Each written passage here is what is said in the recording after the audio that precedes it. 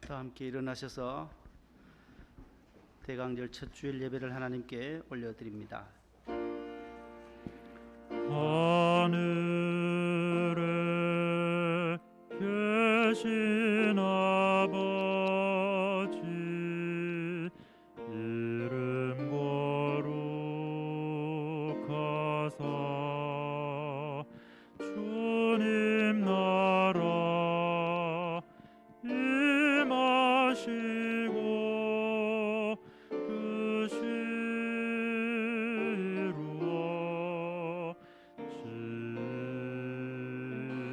이루어지이다. 일용할 양식 주시고 우리들의 큰 죄 다 용서하옵시고 또 시험에 들게 마시고 악에서 구원하소서.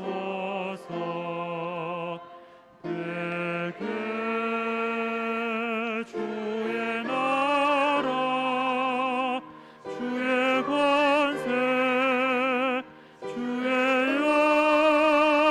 영광 영원히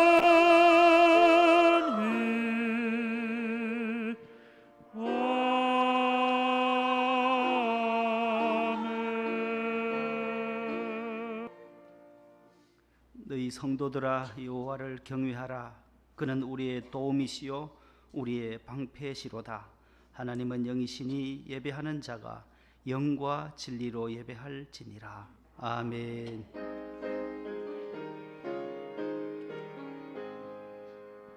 만국의 근원 하나님 온 백성 찬송 드리고 저 천사여 찬송하세. 찬송 성부 성자 성령 아멘. 교동문입니다. 나의 힘이신 여호와여 내가 주를 사랑하나이다.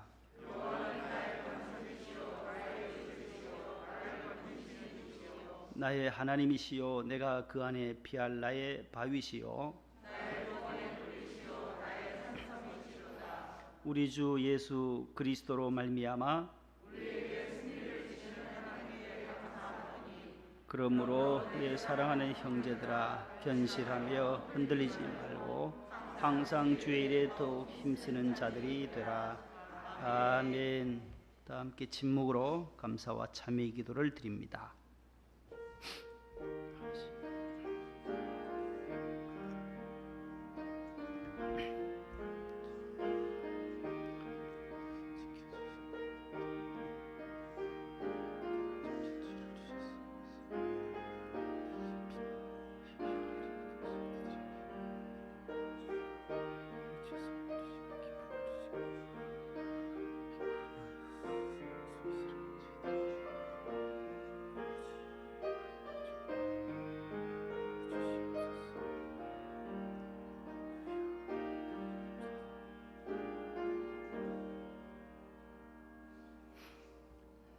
전능하사 천지를 만드신 하나님 아버지를 내가 믿사오며 그 외아들 우리 주 예수 그리스도를 믿사오니 이는 성령으로 잉태하사 동정녀 마리아에게 나시고 본디오 빌라도에게 고난을 받으사 십자가에 못 박혀 죽으시고 장사한 지 사흘 만에 죽은 자 가운데서 다시 살아나시며 하늘에 오르사 전능하신 하나님 우편에 앉아 계시다가 저리로서 산 자와 죽은 자를 심판하러 오시리라. 성령을 믿사오며 거룩한 공유와 성도가 서로 교통하는 것과 죄를 사하여 주시는 것과 몸이 다시 사는 것과 영원히 사는 것을 믿사옵나이다. 아멘. 앉으시겠습니다. 105장 1, 2절입니다.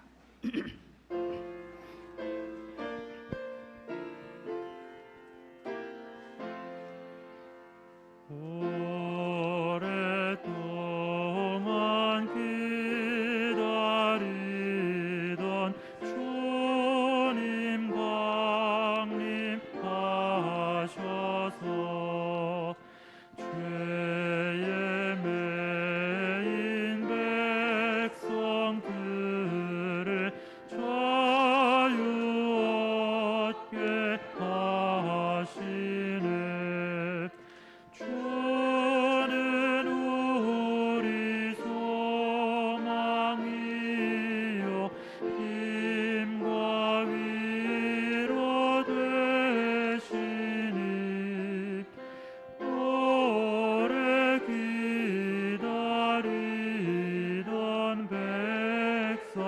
많은 복을 받겠네.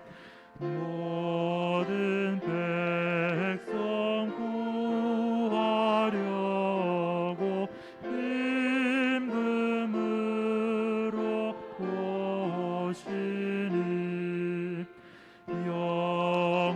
영원토록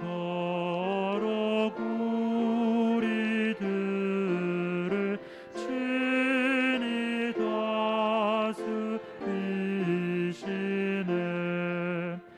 죄로 상한 우리 마음은 은혜로써 고치고 주의 빛난 보좌 앞에 이르도록 하소서.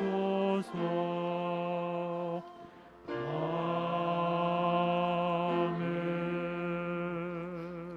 예배를 위하여 김관효 안수 집사님 기도 인도하시겠습니다. 다 같이 기도하시겠습니다. 하나님 아버지, 오늘은 드디어 이제 대강절 첫째 주를 맞이해서 우리가 시간을 맞춰서 다 하나님 앞에 앉아 예배하게 하시니 감사합니다. 주여, 우리가 부족하고 또 혹은 우리 준비가 부족하다 할지라도 주를 보는 우리의 마음을 헤아려 보시고 주여, 이 시간이 은혜의 시간이 되도록 도와주시옵소서. 우리 모두는 하나님께 영광을 올려드리고 주께서 우리를 소생하는 시간, 하나님 앞에 한 발짝 더 나아가는 시간이 되게 도와주시옵소서. 하나님 아버지, 코로나가 거의 2년이 되었는데도 요즘 와서 더욱 창궐할 뿐 아니라 우리를 불안하게 하고, 주여, 경제적인 여건은 그 어두움이 점점 더 깊어가고 있고, 또 대선을 앞두고 여러 가지로 정치적으로도 분주복잡한 가운데 있습니다. 하나님, 원하건대 우리나라와 이 백성을 불쌍히 여기셔서 주께서 도우시고 오직 은혜로 덮으심으로 하나님 아버지, 주께서 보기에 좋으신 곳으로 그런 방향으로 나아갈 수 있도록 이 백성과 나라를 도와주시옵소서. 오래전에 주여, 주께서 마음에 두심으로 이 자리에 이 교회가, 우리 교회가 있는 줄 압니다.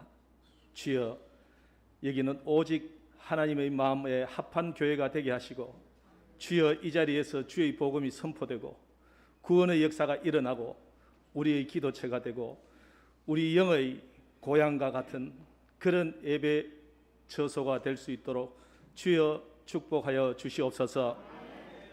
하나님 아버지, 우리 목사님께서 여러 달 전에 수술을 받으셨는데 아직도 목소리가 온전히 다 돌아오지 않고 있습니다. 하나님 아버지, 주의 말씀을 전하고 교회 일을 맡아보려면 얼른 목소리가 돌아와야 되겠는데 주여, 은혜를 베푸심으로 온전하게 하여 주시옵소서. 그래서 말씀을 전파하는데 조금도 부족함이 없도록 주여 은혜 내려 주시옵소서. 주여, 재건축을 앞두고 또 소송 중에 있습니다. 하나님, 우리가 어찌 나아가는지를 모르겠습니다. 오직 주께서 은혜로 인도하심으로 우리 교회가 나아갈 바를 올바르게 나아가게 하시고, 무엇보다도 그로 인해서 우리 교회가 화급하거나 억울한 일이 일어나지 않도록 주여 도와주시옵소서. 그리고 주여, 그 전이나 후나 이 교회를 주여, 교회가 부흥 발전하는 것을 우리가 원하오니 전도되며 모든 성도들로 또 새로운 성도들로 가득 참으로 이 예배당이 차고 넘치도록 주여 도와주시옵소서. 하나님, 영육 물질 간에 부족하여 혹은 건강하지 못하여 이 자리에 함께하지 못하는 우리 같은 동료 성도들이 있습니다. 주여, 그가 어디에 있든지 주께 기도하게 하시고 주께서는 응답하심으로 일어서게 하시고 걷게 하시고 달리게 하심으로 우리와 같이 함께 예배하고 주를 찬양하도록 도와주시옵소서. 여러 가지로 주여, 눈에 보이게 또 혹은 눈에 보이지 않게 이 예배와 교회를 위해서 봉사하는 사람들이 있습니다. 성가대를 비롯해서 많은 부서의 많은 사람들, 주여 그의 마음의 소원대로 주께서 은혜로 갚으시고 도와주시옵소서.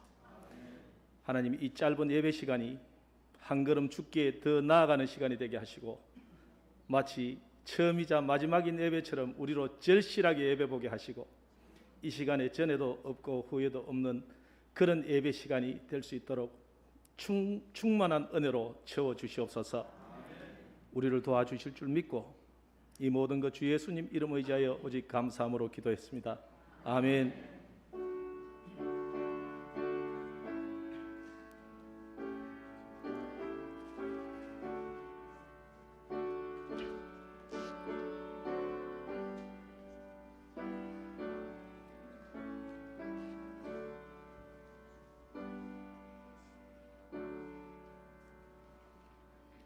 오늘 우리에게 주시는 하나님 말씀은 구약 성경 열왕기상 제19장 9절로 14절입니다. 구약 성경 549면에 있습니다.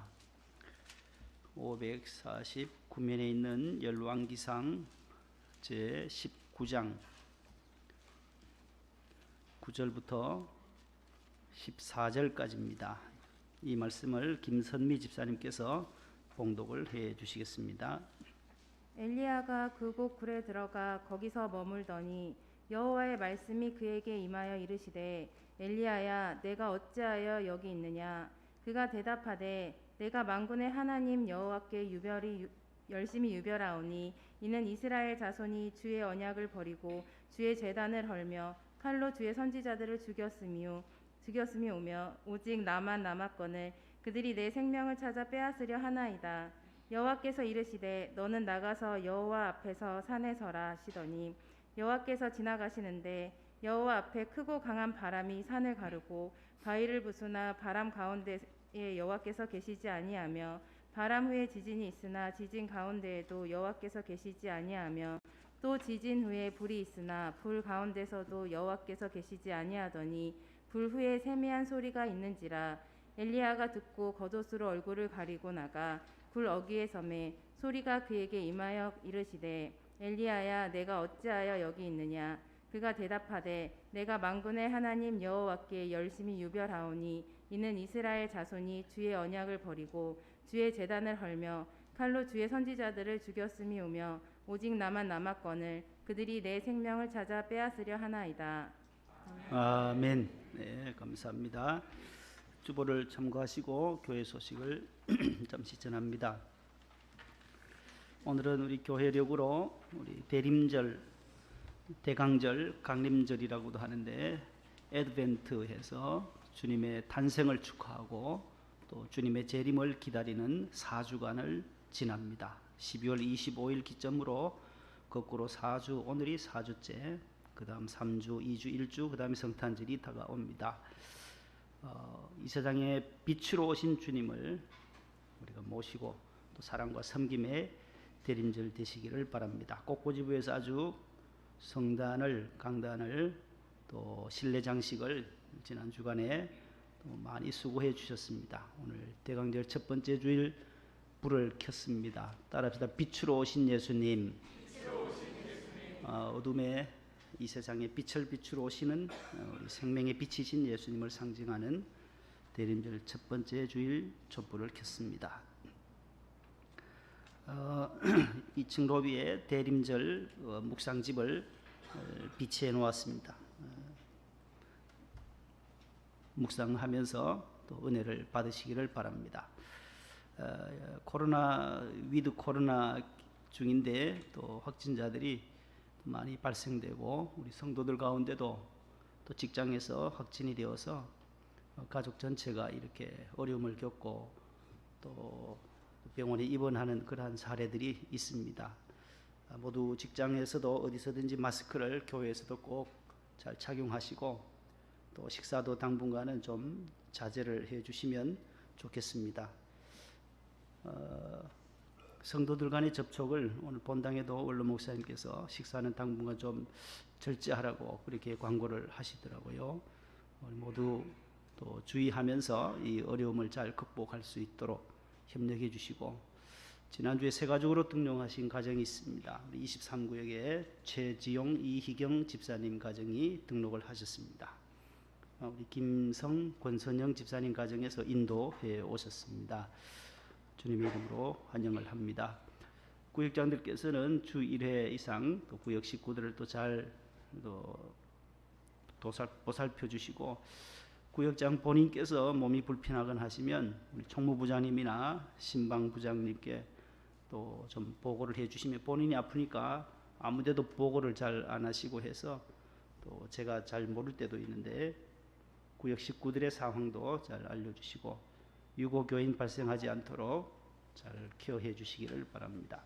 에티오피아를 위해서 계속 기도해 주시기를 바라고, 6번째, 슬픔 당한 가정, 사랑하는 어머님을 천국을 보내셨어요. 우리 김태숙 권사님의 어머님이 90세로 지난 화요일에 천국에 가셨어요. 그래서 코로나로 인해서 부고를 알리지 않고 가족들과 함께 장례를 잘 마치고 오셔서 저에게 톡이 왔더라고요. 카톡으로 와서 너무 찾아뵙지 못해 죄송하고, 우리가 몰라가지고 갈 수가 없었고, 권사님이 또 구역장님이신데 총무부장님이나 우리 모두 분들에게 광주까지 오시기가 좀 뭐 해서 그런지 안 알려주셨어요. 그래서 오늘 3부에 오시면은 함께 만나시면 위로를 해 주시기를 바랍니다. 교회 학교 옥합 깨뜨리기 다음 주, 교구 구역장 모임도 다음 주 3부 예배 후, 성탄 점들식도 다음 주일 저녁 예배 전에 교회 마당에서 간소하게 하겠습니다. 후반기 세례 유아 입교 신청을 다음 주일까지 해 주시기를 바라고, 15세 이상이면 됩니다. 유아 세례 받은 분들은 입교 신청하시면 되겠고요. 군에 입대한 자녀들 오늘까지 2층 로비 부대 주소와 직급을 좀 수정해 주시기를 바랍니다. 내년도 봉사자들 오늘까지 목양실로 조직안들을 제출해 주시기를 바라고, 아동부 성경학교를 은혜 중에 잘 마치고 유치부가 오늘까지 성경학교를 하게 됩니다. 여름 성경학교를 못해서 교사들이 어제 밤늦도록 11시 가까이 되도록 또 유치부 교사들이 아주 준비하느라고 너무 수고를 많이 하셨어요. 우리 아동부 교사들, 우리 유치부 교사들 위해서 한번 격려의 박수 한번 보내주세요. 너무 수고 많았습니다.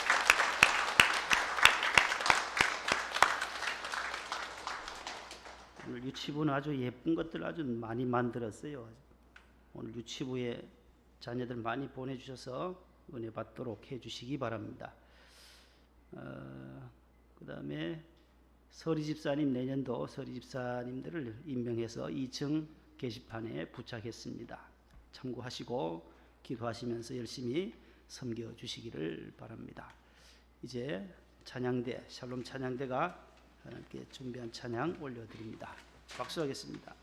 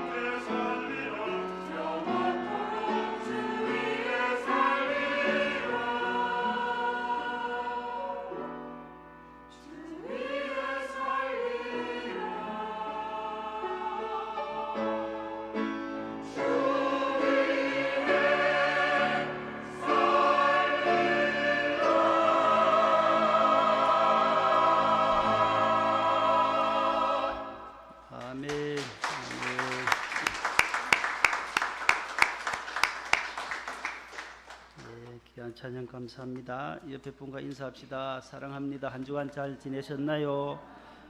네, 사랑합니다. 강건하세요. 축복합니다. 모두 이 코로나 가운데서도 끝까지 믿음을 잘 이어온 2년 동안 하나님의 은혜로 여기까지 왔습니다. 따라합시다. 어찌하여 여기 있느냐? 엘리야야, 너가 어찌하여 여기 있느냐? 오늘 엘리야에게 물으시는 하나님의 질문입니다. 9절과 13절에 두 번 나타나는데 오늘 저와 여러분들에게도 누구야 너가 어찌하여 여기에 있느냐라는 질문을 하실 때에 어떤 대답을 해야 하는지를 함께 상고해 보려고 합니다.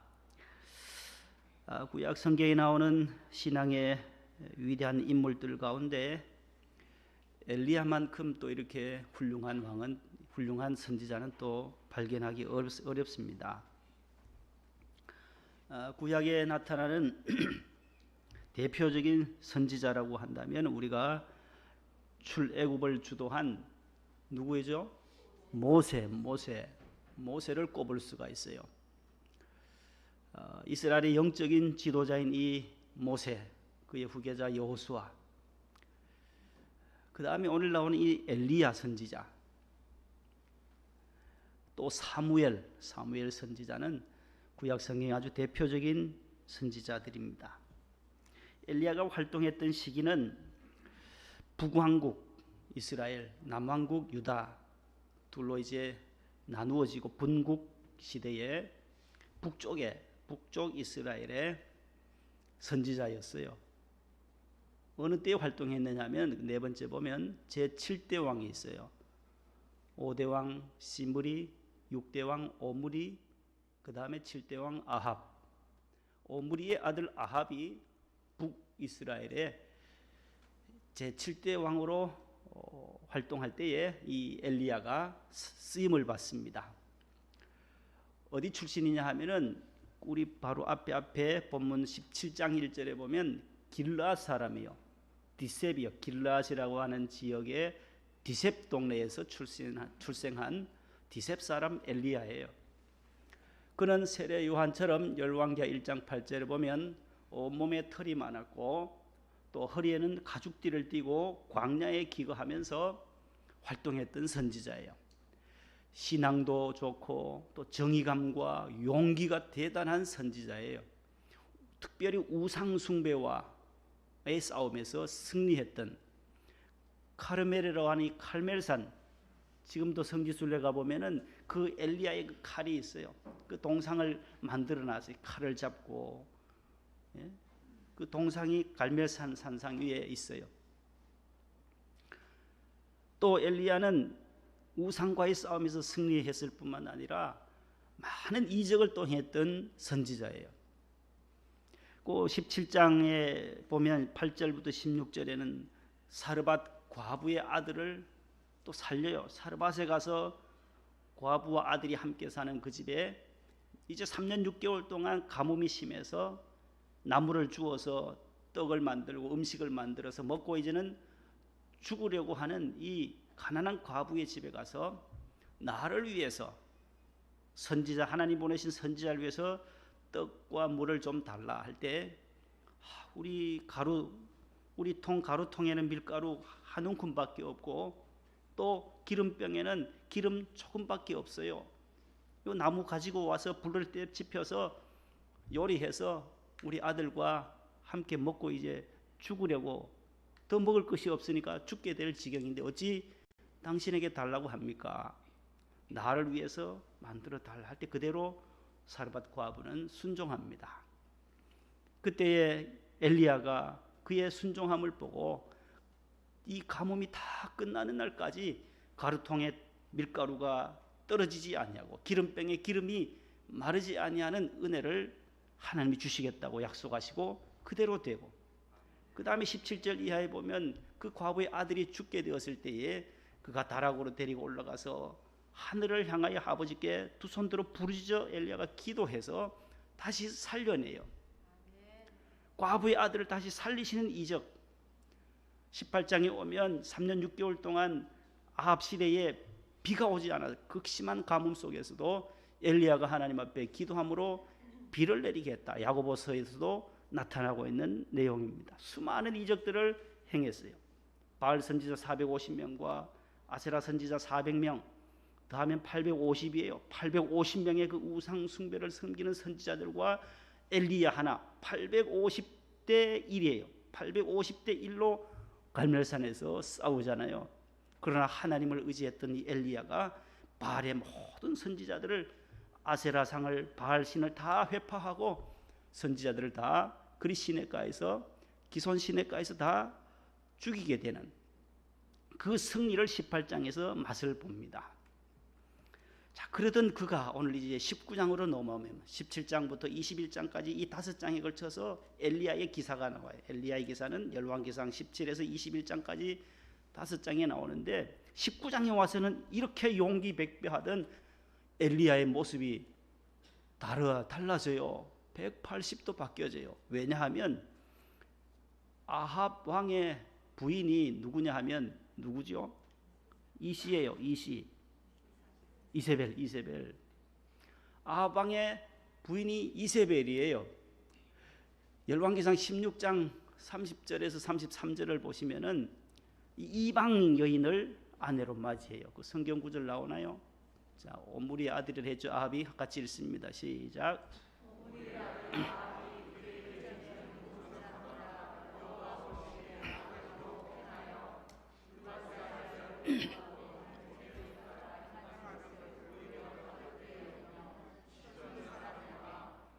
바알의 딸 이세벨을 아내로 삼고 가서 바알을 섬겨 예배하고 사마리아에 건축한 바알의 신전 안에 바알을 위하여 제단을 쌓으며 또 아세라상을 만들었으니 그는 그 이전에 이스라엘의 모든 왕보다 심히 이스라엘 하나님 여호와를 노하게 하시게 하였더라. 아멘. 이 오므리의 아들 아합은 그 역대 어느 왕보다가도 더 하나님의 노를 격발케 했어요. 왜냐하면 그 페니키아에 있는 시돈 왕의 딸 엣바할의 딸을 이세벨을 아내로 삼으면서 그 이방 신을 섬기던 바알을 가지고 들어와요. 이세벨이 이 우상의 아세라 상도 가지고 오고 바알 신도 가지고 와서 섬기게 하니까 하나님의 노를 크게 심히 격발시켰다라고 오늘 성경에 말씀합니다. 아합 왕도 이 엘리야가 미웠겠죠.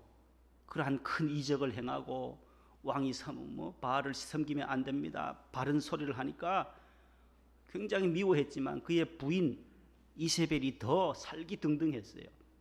19장에 한번 가보시면은 19장 1절 이하에 보면은 이세벨이 이제 2절 이하에 보면 죽이려고 해요. 누구를요? 엘리야를. 엘리야를 그렇게 말해. 2절에 보면 이세벨이 사신을 엘리야에게 보내어 이르되 내가 내일 이맘때에는 반드시 너의 무엇을요? 너의 생명을 너를 죽이겠다. 너의 생명을 저 사람들처럼 기손 시내가에서 너가 죽였던 바알 선지자들처럼 너도 죽게 되리라. 딱 선포를 하는 거예요. 이세벨이 그 왕의 부인의 그 큰 힘을 가지고 이제 엘리야를 죽이겠다라고 해요. 그때 이제 3절 이하에 보면 이 엘리야가 도망을 가요. 유다의 브엘세바까지 도망가서 로뎀 나무 아래에 앉아서 이제 신세 한탄을 하는 거예요. 그렇게 용기 백백했던 이 엘리야가 뭐라고 말해요? 그 4절에 보면은 로뎀 나무 아래에 앉아서 자기가 죽기를 원하여 이르되 여호와여 넉넉하오니 지금 내 생명을 거두어 주시옵소서. 내 생명 데려가 달라는 거예요. 이세벨의 그 위협 앞에 엘리야가 이렇게 위기를 겪게 되는 거예요. 그리고 오늘 9절부터 14절에 계속 이어지는 말씀이 되는데 큰 사람, 큰 선지자는 또 큰 시험을 또 당하게 된다는 것을 오늘 우리는 본문을 통해서 알게 됩니다. 배가 크면 여러분 배가 크면 파도도 큰 파도를 얻어맞듯이 이 큰 선지자예요. 위대한 엘리야의 이 선지자도 지금 큰 시험을 당하고 이세벨의 생명의 위협 앞에서 이제 준위기 들어서 위기와 탈진과 그 자기가 실패했다. 다 선지자들 바알 선지자들 다 승리했지만은 이세벨이 이렇게 나를 죽이려고 한 하나님이 막아 주셔야지 왜 내 생명을 이렇게 위협받게 합니까? 하면서 거기서 내 생명 지금 데려가 달라는 거죠. 신앙도 큰 신앙이 되려면 또 큰 시험을 겪게 되고 큰 또 풍파도 당하게 된다라는 것입니다. 엘리야가 왜 위대한 선지자였던 이 엘리야가 왜 이렇게 위기를 느끼고 또 탈진했을까? 그 원인을 오늘 두 가지를 말씀드리려고 합니다.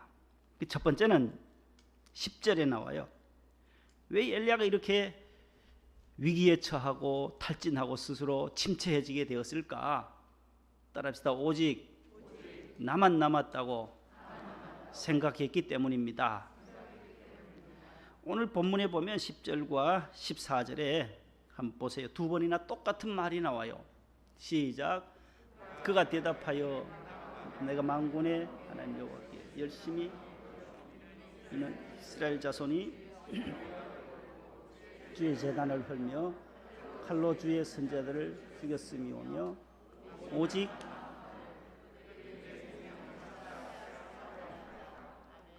아멘. 여기 보면 오직 나만 남았거늘 이 단어가 또 14절에도 동일하게 또 나와요. 나 혼자라는 거예요. 지금 나 혼자 남아서 이렇게 내가 지금 위기에 처했고 내 생명을 빼앗아 가십시오. 하나님 내 생명 거두어 주세요라고 기도하고 있다는 것입니다. 여기 생각이라고 하는다. 내가 혼자다라고 생각했기 때문이라는 거예요. 생각이 그의 삶을 늪으로, 침체로, 탈진으로 번아웃하게 하는 원인이 되겠다라는 거예요. 우리의 모든 생각은 이 마음에서부터 나와요. 마음이 이 뇌는 마음을 주장하는 거예요. 마음이 생각한 것을 이게 뇌가 지시해서 행하게 하는데 요한복음 13장 2절에도 예수님을 팔았던 사람이 누구예요?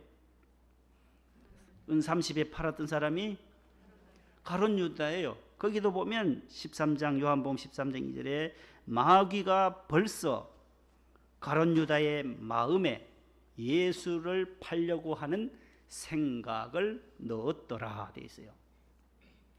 생각을 벌써 마귀가 집어넣은 거예요. 자기는 팔고 싶지 않았지만 가룟 유다의 마음속에 벌써 마귀가 사탄이 예수님을 팔도록 벌써 생각을 집어넣었다라는 거예요.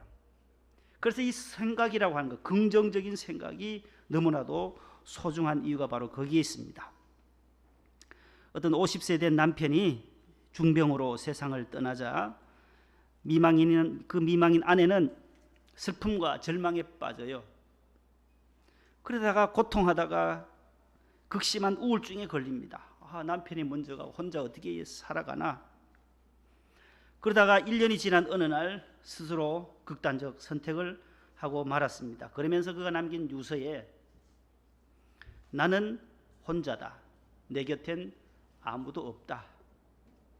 나는 그의 곁으로 가고 싶다. 그이가 나를 기다린다는 그 요지의 유서를 남기고 극단적 선택을 하게 됩니다. 그러나 그 아내 곁에는 혼자가 아니었어요. 대학을 다니는 딸도 있었고 직장을 다니는 아들도 있었다는 거예요. 집 근처 바로 옆에는 시집 식구들도 있었고 가까운 이웃 동네에는 친정 식구들도 있었음에도 불구하고 벌써 생각이 나 혼자다. 남편이 떠나고 나니 나 혼자다라고 생각한 그것이 그로 말미암아 극단적 선택을 하게 만들었다라는 것입니다. 나는 혼자다라고 하는 그 생각 때문에 외로웠고 고독했다라는 것입니다. 또 우울했고 결국 목숨을 잃게 되는 원인이 되었습니다. 오늘 엘리야도 마찬가지예요. 오직 나 혼자다라고 지금 생각했어요. 위대한 선지자 혼자가 아니었다라는 거예요. 오늘 본문 쭉 내려가면 18절에 보면 바알에게 가서 순종하지 않고 바알에게 굽혀 엎드려 무릎 꿇지 않고 숭배하지 않았던 사람을 하나님이 벌써 몇 명이나 남겼다는 거예요. 7,000명이나 있다는 거예요. 이스라엘에 너 말고도 깨끗한 신앙의 지조를 지키는 7,000명이나 있는데 왜 너 혼자라고 생각하느냐?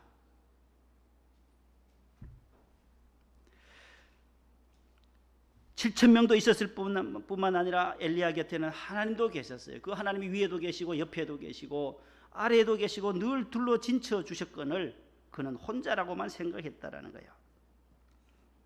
사람은 무엇을 어떻게 생각하느냐에 따라서 삶의 방향이 결정이 되고 행복과 불행이 좌우되는 것입니다. 우리 인간의 뇌는, 사람의 뇌는 세포가 한 약 1,000억 개가 된대요. 이 뇌 속의 신경세포를 하나님께서 한 1,000억 개의 신경세포를 그렇게 구성되도록 만드셨어요. 그래 고래, 동물들 보면 고래의 뇌는 한 8,000g이 된대요. 8,000g, 8kg 정도. 그럼 고래 전체의 그 체중이 한 2,000분의 1 정도 된대요. 고래의 머리가. 코끼리는 한 5,000g, 5kg 정도 되는데 그것도 코끼리 전체 체중의 2,000분의 1이에요. 그러나 이 사람의 뇌는 요거 1.5kg 정도밖에 안 된다는 거예요. 1,500g. 그러나 사람 체중 60kg를 1.5 곱하기 40 하면은 60kg예요. 표준 한 60kg를 중심으로 하면 40분의 1이 뇌예요. 그러면 동물들과 비교해 보면 2,000분의 1, 40분의 1이니까 이 사람의 뇌는 작지만은 엄청 크다라는 거예요. 동물에 비하면은 무게는. 그러나 이 1,000억 개 정도 되는 이 신경세포가 너무나도 비밀하고 신비한 하나님이 우리의 이 뇌에 있는 정체, 신비, 아무리 연구해도 과학자들이 다 알 수도 없고 1%밖에 알 수 없다는 거예요. 인간의 뇌를. 우뇌와 좌뇌가 있는데 우뇌는 사고와 직관과 감성 이런 것들을 주관하고 좌뇌는 수리, 인지, 수학적인 계산 다 이 왼쪽 뇌가 발달되면 된다고 하는데 그 머리의 신비, 뇌의 신비함을 알 수 있는 길은 그래서 과학자들은 뇌를 소우주라 그래요. 우주, 작은 우주와 같아. 다 너무 신비하다는 거예요. 인간의 뇌를 다 과학자들이 알 수 없다는 거예요. 이 뇌세포는 한번 생겨나면 다시는 그 세포수가 증가되지 않는다는 거예요. 다시 말하면 재생이 안 된다는 거예요. 그리고 50이 넘으면 하루에 한 10만 개씩 신경 뇌세포가 소멸된다는 거예요. 그러면서 서서히 늙어가게 되어져 있어요. 나이가 들면 들수록 한 10만 개씩, 50 넘으셨죠 모두? 오늘도 한 10만 개 정도가 감소되어 떨어져 가요. 1,000억 개 중에 10만 개가 아무것도 아니에요. 그래서 50부터 한 80, 90까지 산다 해도 40년 더 살아도 서서히 떨어져요. 그래서 기억력이 60이 되고 70이 되면 점점 떨어지는 이유가 바로 거기에 있다는 거예요. 신경세포가 감소된다는 거예요. 다시 재생이 되지 않아요. 어릴 적처럼 그렇게 자꾸 불어나지 않는다는 겁니다. 그러나 전문가들은 그 뇌세포를 휴식시켜서는 안 된다. 놀리지 말아야 된다는 거예요. 연세가 드시면 드실수록 자꾸 뇌를 활동시켜야 돼요. 숫자도 세보고 지나가는 차 번호도 외워보고 핸드폰, 손주 핸드폰도 외워보고 손주들 생일도 한번 기억해 보려고 하고 자꾸 80이 넘으셔도 우리 집사님 컴퓨터 하시잖아요. 컴퓨터. 85세, 6세 되셨는데도 컴퓨터 하는 것, 이 뇌를 놀리면 안 된다는 거예요. 자꾸 활동하게 해야만 이 감소하는 것을 조금씩 더 떨어뜨릴 수 있고 더 연장시킬 수 있다라고 하는 것입니다. 나는 혼자다, 나는 홀로다, 나는 아무도 없다라고 하는 생각에서 뇌세포는 점점 죽어가고 있다는 것입니다. 그러나 우리는 결코 혼자가 아닙니다. 엘리야의 곁에 수많은 사람들 7,000명이나 남겨두셨던 하나님, 그 하나님이 저와 여러분들과 함께 계시고 부모님이 계시죠, 자녀들이 있죠, 친척이 있죠, 친구가 있죠, 기도하는 우리 목동 명성교회 구역장님 성도들이 계시는데 왜 나만 혼자라고 생각을 하시느냐 말이죠. 하나님이 저와 여러분들과 늘 함께 하신다라고 하는 이 믿음을 꼭 가지시기를 바랍니다. 이 코로나 시대 때는 이 코로나 블루라고 하는 이 우울증도 많은데 이 엘리야처럼 내 생명 좀 빨리 데려가 주세요 하는 분들이 수없이 많아요. 그저 내일이 캄캄하고 내일 또 눈을 뜨면 어떻게 살아갈까 고민하고 걱정하는 분들이 많은데, 하나님이 저와 여러분들과 함께 한다. 위에도 계시고 곁에도 옆에도 계시고 어디에서든지 세상 끝날까지 저와 여러분들과 함께 하신 하나님을 신뢰하시기를 바랍니다. 사람이 한번 큰 소리로 쾌활하게 웃으면 우리 몸의 근육 650개 중에 231개가 움직인다는 거예요. 그래서 잘 웃는 사람이 잘 웃지 않는 사람보다가 더 오래 산대요. 장수한대요. 웃어보세요. 옆에 분과 한 5초 동안 한번 웃어보세요. 크게 한번 웃어보세요. 하하. 마스크 꼈으니까 웃기가 쉽잖아요. 마스크 꼈으니까 한번 웃어보세요. 이 안에서 10초만 웃으면요, 크게 웃으면 노를 한 30분 젓는 것과 같은 운동 효과가 있다는 거예요. 왜 그래서 웃음 치료가 병원마다 왜 있는지 아세요? 웃을 때 이게 엔돌핀이라든지 다이돌핀이 나온다는 거예요. 자연 살해 세포라고 하는 내추럴 킬러 셀이라고 하는 NK 세포. 이 올림픽대로 가다 보면 큰 전광판에 NK 세포 하면서 뭐 이렇게 광고를 해놨더라고요. 그 다이돌핀이라는 게 다이돌핀. 우리 성가대는 일반 성도들보다 1000배가 더 높대요.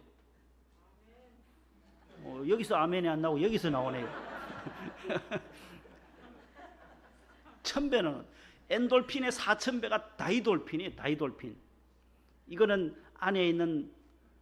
우리 안에 있는 좋지 못한 세포들을 가서 죽이는 그러한 NK 세포라는 거예요. 다이돌핀은 어느 때가 가장 많이 발생하느냐? 기쁨으로 찬양할 때, 감사할 때, 기도할 때, 우리가 나와 예배할 때에 이것이 아주 크게 올라간다는 거예요. 찬양하지 않고 우리가 세상 사람들처럼 우울에 빠져 있으면 자꾸 우리의 모든 엔돌핀이나 다이돌핀의 수치는 점점 저하된다는 거예요. 김의신 박사님이 우리 몇 년 전에 월드글로리에 오셔서 세계적인 암 전문가잖아요. 그분이 와서 그 강의를 하시더라고요. 미국에서 다 연구를 했다는 거예요. 일반인과 교회 다 일반 성도들하고 성가대 하는 분들을 다 조사해서 1000여 명을 대상으로 그 결과가 그렇다는 거예요. 찬양하는 분들은 왜 그렇게 NK 세포가 높으냐? 그분이 그렇게 말하더라고요. 일반인 분들보다 훨씬 높다는 거예요. 왜요? 찬양하니까, 기쁘니까, 즐거우니까. 그래서 많이 웃으라는 거예요. 우리 명성교회의 특징이 뭐예요? 아멘 잘하는 교회죠. 설교 때마다 원로 목사님이 설교하시면 아멘 얼마나 잘해요. 여기는 조금 식어진 것 같네요. 할렐루야. 아멘. 이 소리만 한번 본당에는 뭐 아멘 뭐 크게 하면 하고, 그 다음에 아멘. 아멘 하면 거꾸로 하더라고요. 아멘 하면 할렐루야라고 하고, 할렐루야. 아멘. 아멘. 할렐루야. 얼마나 좋아요. 그 한번 딱 공포하는 순간, 할렐루야 하는 순간 다이돌핀이 생기는 거예요. 가만히 있는 것보다가 아멘 하고, 말씀 들을 때 아멘 하는 사람 자신에게 유익이 되는 거예요. 앞으로 설교 죽을 쓰더라도 아멘 하시기 바랍니다.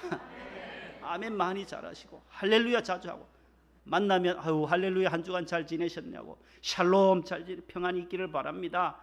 그렇게 성도들 간에 인사를 하면 이 안에서 좋은 세포들이 생성된다라는 것입니다. 혼자다, 외롭다, 슬프다, 고독하다 생각하면 절대로 웃음이 나오지 않습니다. 그래서 유머, 개그맨들이 다른 사람을 웃기는 것은 참 힘들지만 그 사람들의 머리가 일반인들보다도 더 비상해요. 어떻게 하면 저 사람을 웃지 않는 사람을 웃게 할까? 예? 웃음 프로, 웃으면 복이 와요. 예전에는 그런 프로도 있었는데 웃으면 건강해져요. 나는 혼자가 아니다. 항상 찬송하고 기뻐하시기를 바랍니다. 70세 동갑내기 부부가 70세 생일을 맞이했어요. 생일 파티를 하고 있었습니다. 파티가 끝날 무렵에 천사가 와서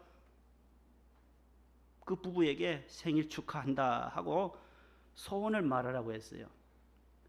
그래서 아내는 기다렸다는 듯이 천사님, 저는 남편과 70년을 은혜롭게 잘 지났는데 마지막 세계 여행하고 좀 천국 갔으면 좋겠다라고. 세계 여행할 수 있는 비행기 티켓만 주세요. 그게 저의 소원입니다 했더니만 천사가 그대로 비행기 세계 일주 비행기 2장 티켓을 아내에게 주더래요. 하하, 너무 좋아서 남편이 나는 무엇을 구할까? 천사가 물어요. 남편, 당신은 무엇을 내가 소원을 들으면 좋겠냐? 그때 남편은 그래, 천사님, 저는 이 70세 된 이 아내가 싫습니다. 실증이 납니다. 저보다 20세 젊고 예쁜 아내를 보내주세요. 이게 소원이라는 거예요. 천사도 기가 막힙니다. 이 소원을 들어줘야 되나 말아야 되나? 그럼 너가 정 그렇게 원하면 20세 젊은 아내를 원한다면 내가 들어주마 하고 말이 끝나자마자 이 70세 남편이 90세 영감이 되었다는 거예요. 딱 20년 차예요. 딱 20년 차. 맞잖아요. 딱 20년 차에 젊은 70세 아내 그대로 소원을 들어주었다는 얘기예요. 우리가 만족해야 돼요. 만족. 곁에 있는 아내도 하나님 내게 주신 짝이다. 우리에게 주신 아들, 딸들, 손주들, 하나님 우리 가정에 주신 기업이요 선물이다. 나 혼자가 아니다. 내 곁에는 수많은 분들이 곁에서 격려하고 응원하고 구역원들이, 구역 식구들이, 구역장님이, 권사님이, 안수집사님이 다 우리를 위해서 기도해 중보해 주시는 분들이 있구나. 그보다도 더 위에 계신 하나님이 나와 이 코로나 가운데서 나와 함께 하신다. 델타 변이 지나서 어제는 또 오미크론 변이가 또 아프리카에서 또 발생했다는 거예요. 전 세계가 비상에 다 빗장을 걸고 아프리카 8개국에는 바이든 대통령도 못 가게 다 여행을 다 막아버렸어요. 점점 더 초고급 단계를 발령할 수밖에 없다. 이럴 때일수록 어떻게 해야 되겠어요? 우리가 더 하나님을 의지할 수밖에 없어요. 하나님 앞에 더 낮아지면서 이 전염병을 무엇으로 해결하겠어요? 그 많은 개발되는 약들이 있어도 그래서 아프리카에는, 유럽에는 지금 속수무책이라는 거예요. 수많은 사람들이 유럽에는 벌써 150만 명이 넘게 사망하고, 이럴 때 어떻게 하겠냐는 거죠. 하나님이 나와 함께 하신다는 그 믿음으로 이것을 이겨내셔야 돼요. 오늘 죽어도 하나님의 나라에 간다. 천국 간다는 그 신앙, 천국을 바라보며 살아야 하는 것입니다. 실패와 고통과 이별, 위기, 원한 여러 가지 사람을 두렵게 합니다. 그러나 더 두려운 것은 죽음이라고 하는 거예요. 인간에게 가장 큰 두려움은 죽음이에요. 죽음의 문턱을 어떻게 넘어가느냐. 세상 사람들은 이것이 마침표다, 끝이다라고 생각하지만 성도는 그 너머다라는, 그 너머의 하나님의 나라로 이사가는 거예요. 우리가 이 땅을 떠나는 죽음은 하나님의 나라로 입성하는 거예요. 고인의 편에 보면, 돌아가신 분의 편에서 보면 입성식이요, 유족들 편에서는 환송식이에요. 여기서 기쁨으로 보내드리는 거고, 본인은 천국에 입성하는 거예요. 입성식이에요. 우리 김태숙 권사님 모친께서 지난 화요일에 천국에 가셨어요. 90세로. 다 장례를 마치고 금요일 날 전화가 왔어요. 카톡이 왔더라고요. 이제 눈으로 볼 수 없는 어머님 보내드리고 왔습니다. 천국 환송하고 돌아왔습니다. 자꾸 눈물이 납니다. 그렇게 카톡이 와서 전화를 드렸더니만 여차여차해서 부고를 알리지 않고 마쳤다는 거예요. 그 권사님 표현을 그래요. 천국 환송식을 마치고 잘 서울 도착했습니다. 그렇게 카톡에 남겼더라고요. 정말 믿음의 표현이에요. 천국으로 환송했고 유족들은 본인은 천국에 입성해 들어가셨다는 거예요. 새하늘과 새 예루살렘 성에 입성하셨다라는 거예요. 지난주에도 말씀드렸지만 장례식장에 조화 가운데 기억나는 것이 있다고 했죠. 제가 딸과 사위들이 아버님 천당 가신 것을 축하드립니다. 세상 장례식에서는 볼 수 없는 글귀예요. 할아버지 천국 입성하신 것 축하드려요. 손주 손녀 일동 드림.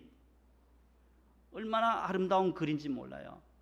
유족들이 슬퍼하거나 애통하는 것이 아니라 할아버지가 천국에 가셨다라는 것을 축하하는 것, 환송하는 것, 기쁨으로 보내드리는 것이 기독교인의 장례라는 거예요. 천국에 대한 소망을 가진 자만이 표현할 수 있는 고백이다라는 것입니다. 마지막 두 번째는 왜 엘리야가 이렇게 탈진하고 위기에 처했을까요? 하나님이 나타나셔서 말씀해요. 생명의 위협을 느꼈기 때문이라는 거예요. 10절에 한번 보세요. 10절 하반절에 보면 그들이 내 생명을 어떻게 해요? 빼앗으려 하나이다. 또 14절 끝에도 내 생명을 그들이 빼앗으려 하나이다. 생명의 위협 때문이라는 거예요. 이세벨이 내 생명을 취하려고 한다. 나를 죽이려고 하기 때문에 내가 지금 두렵고 위기와 좌절과 그 늪에 빠져 있다라는 거죠. 여호와여 넉넉하시면 내 생명을 이제 거두어 주세요라고 하는 것, 그 생명의 위협을 느꼈을 때에 그가 로뎀나무 아래서 하나님께 부르셨던 내용입니다. 그때 하나님께서 엘리야에게 나타나셔서 탈진 가운데 있는 엘리야에게 나타나셔서 9절에 보면 19장 9절에 보면 어찌하여 여기 있느냐, 또 13절에도 어찌하여 너가 여기 있느냐, 하나님이 함께하고 7,000명이나 남겨두었는데 왜 너 혼자라고 생각하느냐, 어찌하여 너가 지금 이 좌절의 늪에 빠져 있느냐. 하나님이 엘리야에 찾아오셔서 세미한 음성으로 구름 가운데, 불 가운데, 바람 가운데, 지진 가운데 나타나셔서 세미하게 들려주시는 거예요. 어찌하여 너가 지금 여기 있느냐, 너가 여기 있을 지경이 아니다. 너는 지금 사명의 자리로 나아가야 하는데 그 다음에 사명을 다시금 불어넣어 주시는 거예요. 15절 이하부터. 우리가 이 코로나 전염병 위기 속에서도 다시 우리가 좌절하지 않고 너가 슬퍼하지 말고 다시금 일어나라라고, 엘리야에게 일어나라, 떡도 구워주고 물도 주시면서 다시금 사명의 자리로 보내주셨던 하나님처럼 저와 여러분들도 점점 더 센 코로나 전염병이 오더라도 우리는 하나님과 함께함으로 계속 저 천국을 향하여 전진해 나가는 우리 성도들이 다 되시기를 축복합니다. 하나님 감사합니다. 감사합니다. 하나님 위에도 계시고 아래도 계시고 우리 곁에도 계시며 세상 끝날까지 우리와 늘 항상 함께 하신다고 약속해 주셨는데 엘리야처럼 우리가 탈진과 위기에 처해 있지는 아니하는지 다시 오늘 말씀을 통하여 우리를 재조명해 봅니다. 하나님 오늘도 그리고 내일도 영원히 나와 함께 하시는 하나님을 신뢰하게 하여 주시고 오늘도 우리가 말씀을 들을 때 말씀하시는 하나님의 세미한 음성을 듣는 귀를 우리에게 허락하여 주시옵소서. 예수님 이름으로 기도합니다. 아멘. 540장 1-4절입니다.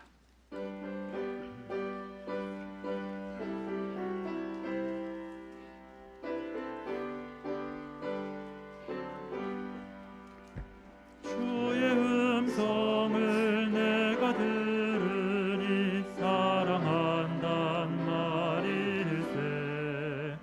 믿는 마음으로 주께 가오니 나를 영접하소서. 내가 매일 십자가 앞에 더 가까이 가오니 구세주의 흘린 보배 피로써 나를 정케 하소서. 우리 구주로 나아갈 때에 어찌하니 기쁠까. 주의 얼굴을 항상 배우니 더욱 친근합니다. 내가 매일 십자가 앞에 더 가까이 가오니 구세주의 흘린 보배 피로써 나를 정케 하소서. 우리 구주의 넓은 사랑을 증량할 자 없으며 주가 주시는 참는 기쁨도 헤아릴 수 없도다. 내가 매일 십자가 앞에 더 가까이 가오니 구세주의 흘린 고백 피로써 나를 정케 하소서. 아멘. 알겠습니다.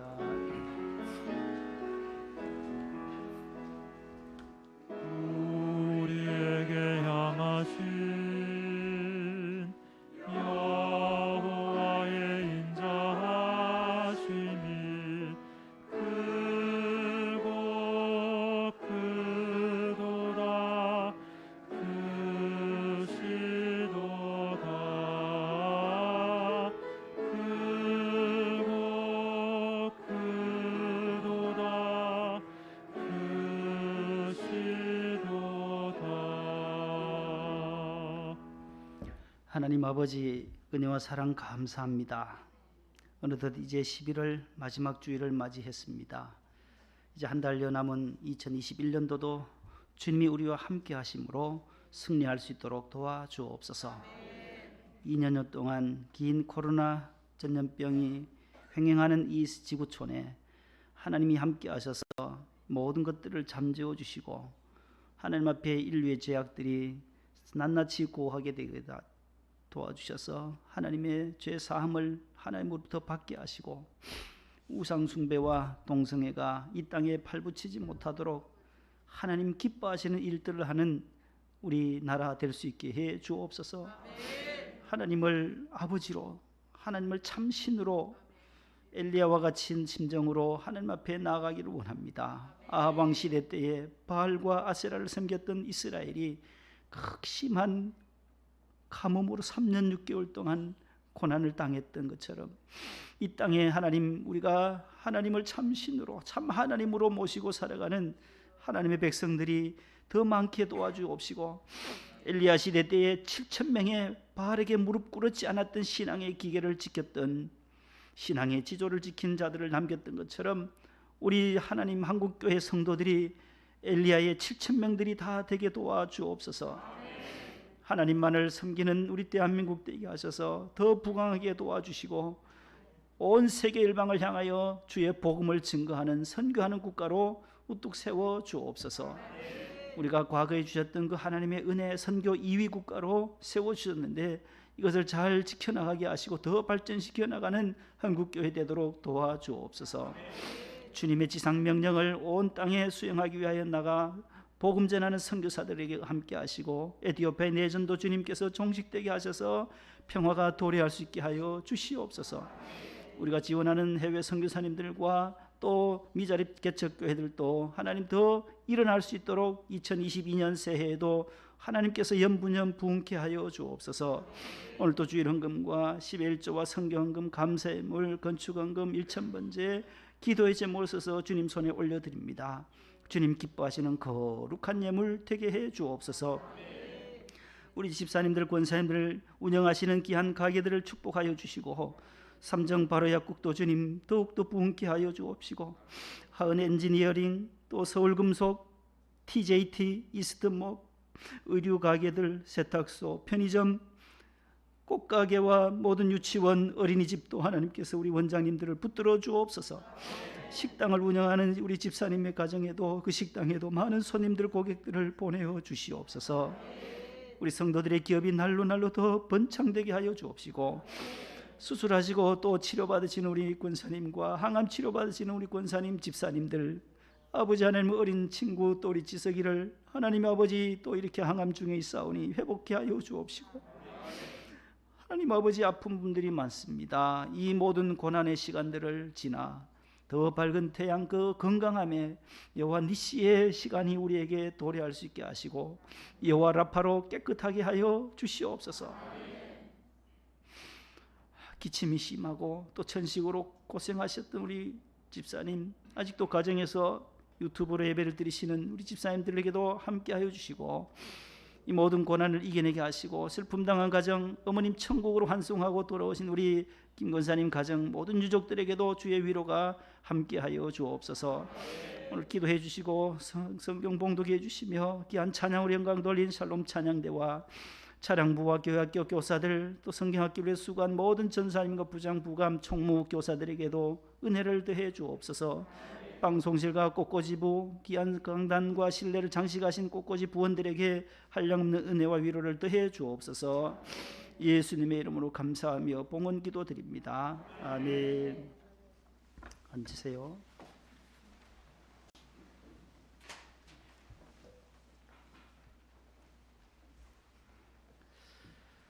옆에 분과 인사합시다. 승리하세요.